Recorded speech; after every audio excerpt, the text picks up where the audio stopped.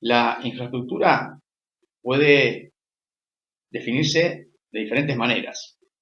Por ejemplo, como el acervo físico y material que permite la realización de actividades tanto sociales como económicas y productivas.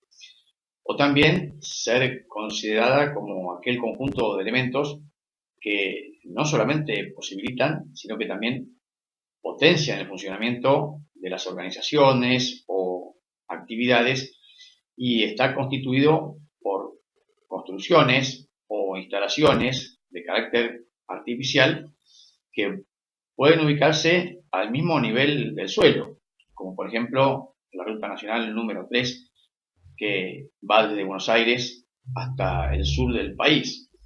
Otras por debajo del nivel del suelo, como el caso del túnel subfluvial Hernandarias, que comunica a la ciudad de Paraná, capital de la provincia de Entre Ríos, con la ciudad de Santa Fe, también capital de la provincia del mismo nombre, atravesando por debajo del lecho del río Paraná.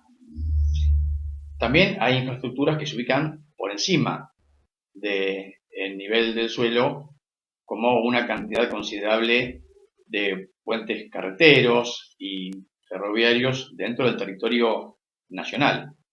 Algunos imponentes, como los del complejo Sarte-Brazo Largo, que comunica a la provincia de Buenos Aires con la de Entre Ríos, y otros espectaculares, como el puente ferroviario del Tren de las Nubes en la provincia de Salta.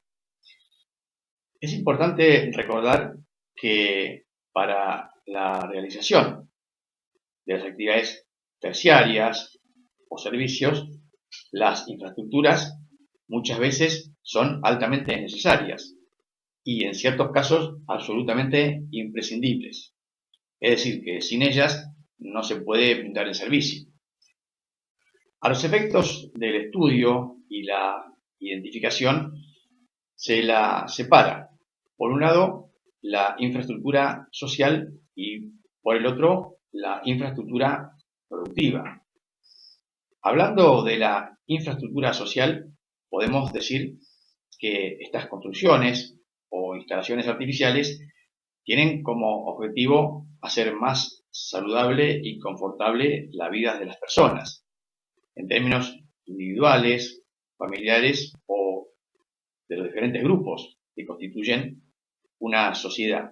Y esto en el ámbito hogareño, laboral, cultural y social y de otras actividades.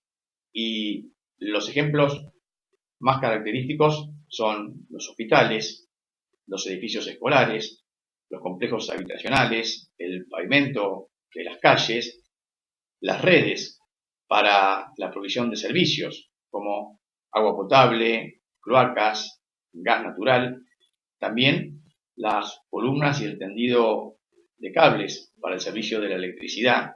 Incluso en los espacios urbanos vamos a encontrar grandes plantas depuradoras de aguas o de tratamientos de residuos y también usinas eléctricas.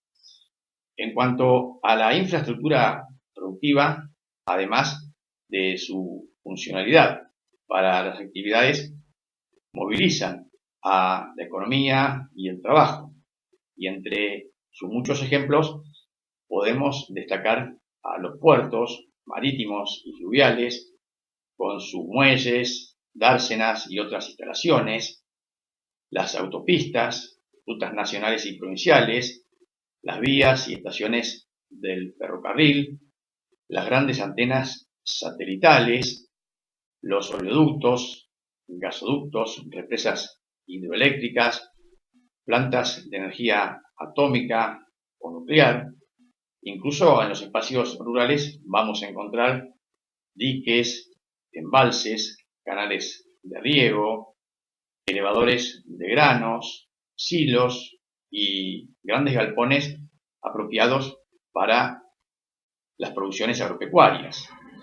De todas maneras, hay muchas infraestructuras que cumplen funciones tanto sociales como productivas.